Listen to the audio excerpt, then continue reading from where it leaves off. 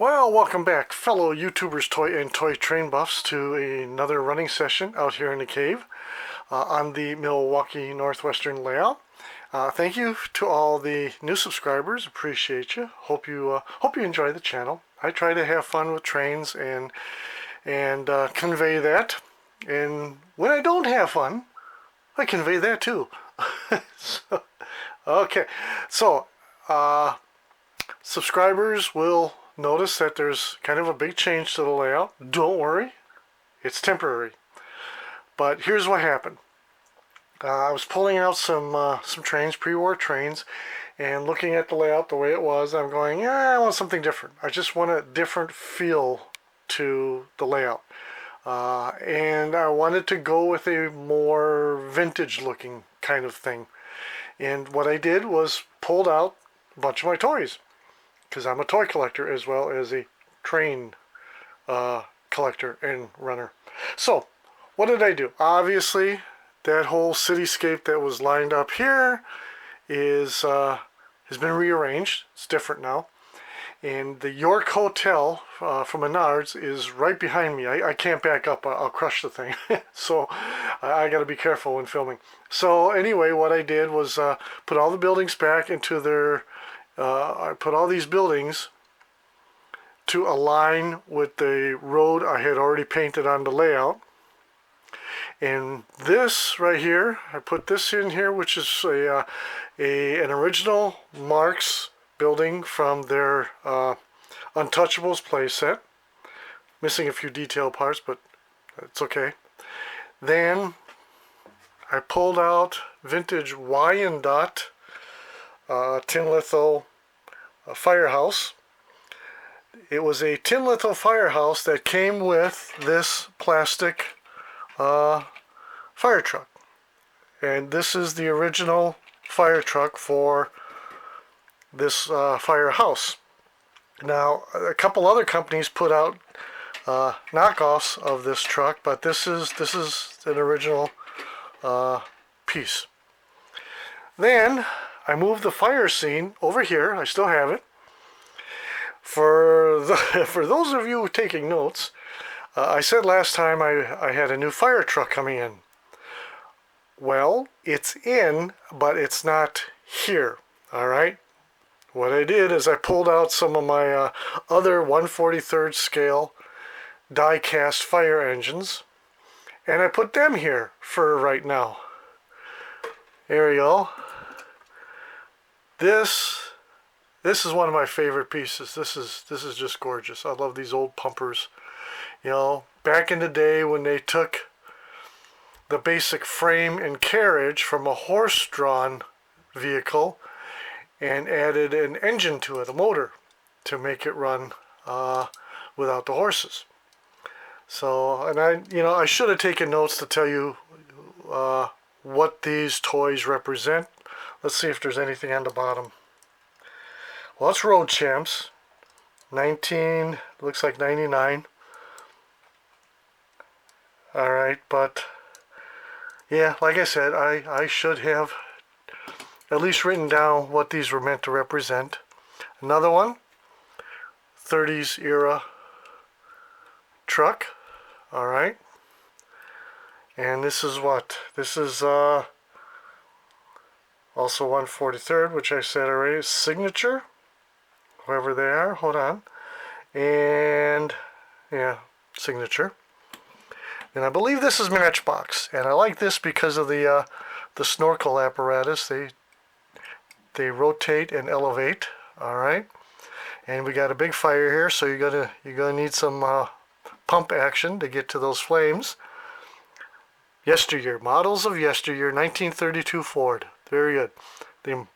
They marked it on the bottom, and that's Matchbox. So, okay. As for the rest of the vehicles, we've got a mixture. We've got restored Marks, well-loved Marks, we'll put it that way. We have several of these pewter cars that I got up in Boulder City. They were in the Boulder Store Co. And they they didn't have them the last few times we were there. I guess they just got one shipment in, and that was it. So I got this, I got that, and I got that way back here, so you can see it better. All right. And I thought those were just cool. They're heavy. I mean, they're solid pieces of die-cast pewter. All right. The rest of the vehicles, like what you see here and here and here, and this is cool. I like the graphics on that. Kansas City Dry Goods. These were all from Marx's Japan subsidiary called Linmar. Some of these, like these Cadillacs here, came with the Untouchables playset.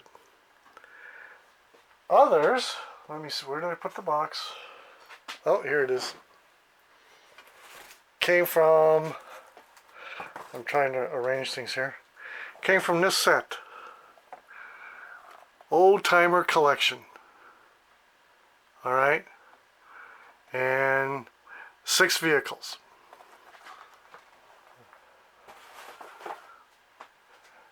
That's from the Old Timers. It had that. Had this limousine, I believe they called that. And the others, okay? This one is cool. It's great for this market scene. So that's what I did. I pulled out all these really cool vintage toys so I could play with old trains. Okay. Now, first of all, I was going to run this engine, this number 252, from, oh, when the heck was it? It was from the 30s. I know that, but I forgot the year. But here's the problem I had with this engine. The couplers are set so low onto the frame, they wouldn't couple up to the passenger cars that I wanted to use this for. So I had to pull out a different engine. Alrighty, I'm just going to hide that back there. Okay, see that? Hide that back there. And I just don't have a very large pre-war collection. I just don't. It is what it is. So what I do have, we're gonna. Oh, one other thing. I swapped out the station yet again for this Lionel tin litho whistle station. Now check this out. Turn the power on. There we go. Ta-da!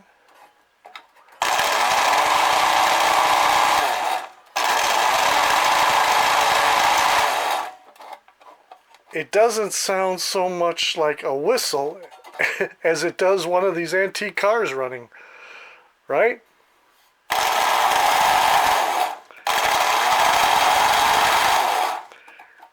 Works great, except there's no whistling sound coming out of it. So, oh well. What are you gonna do, right? So it are what it are. All right, let's show you what we're running today.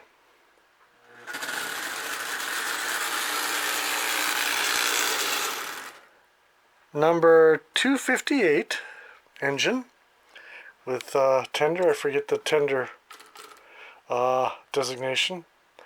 Now, if you notice, these couplers technically are not compatible. These are tab and slot. This is the early, what do they call them, hook couplers? Whatever. But, now this is the same as what was on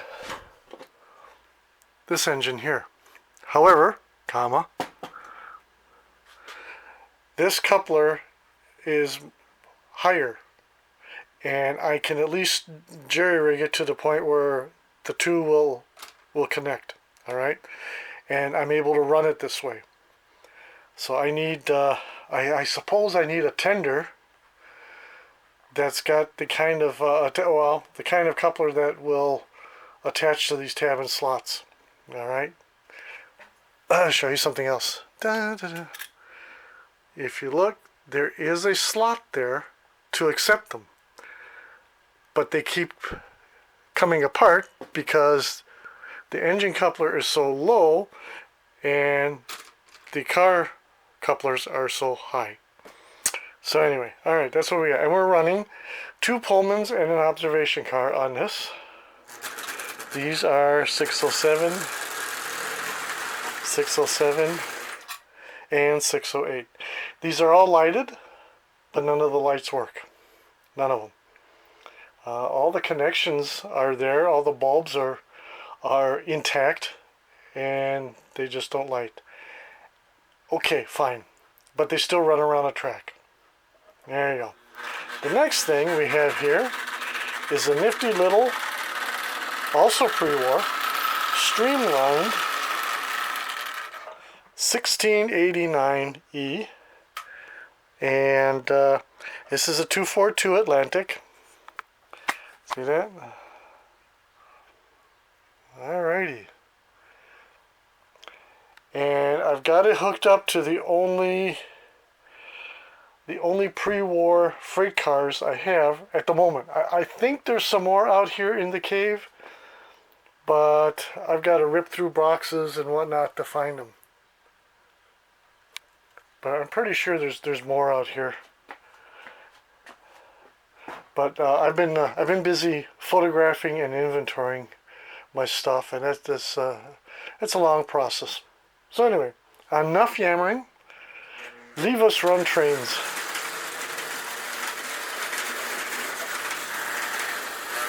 Oh, by the way, the whistle on this sort of kind of works sometimes.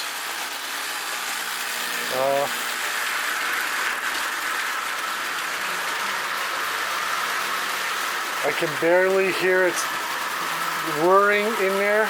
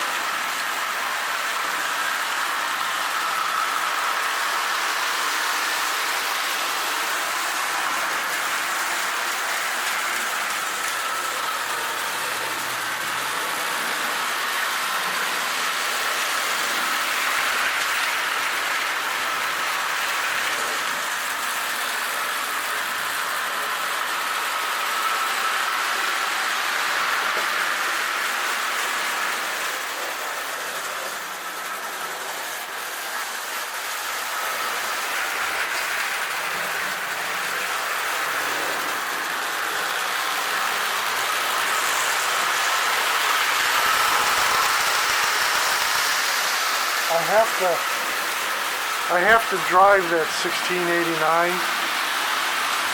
It has a mind of its own. So I've got one hand on the throttles here and one hand on the camera, and yeah, see it slows down there.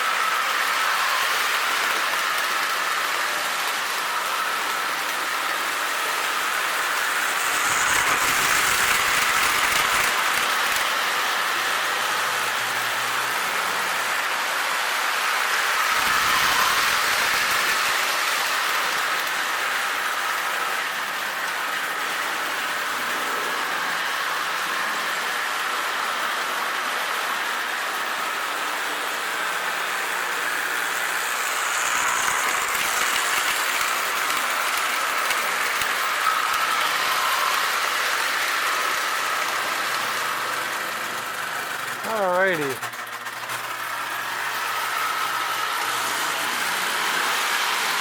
I think they're at home.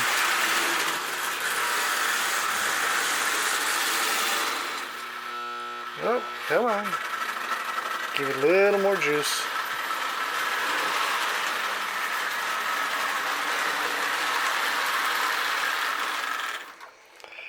Whew, that is cool. Another pre-war running session. I'm, pardon me. I think I've pretty much exhausted my pre-war until I find some more stuff. And until then, until then, tschüss, adieu, auf Wiedersehen, bye y'all.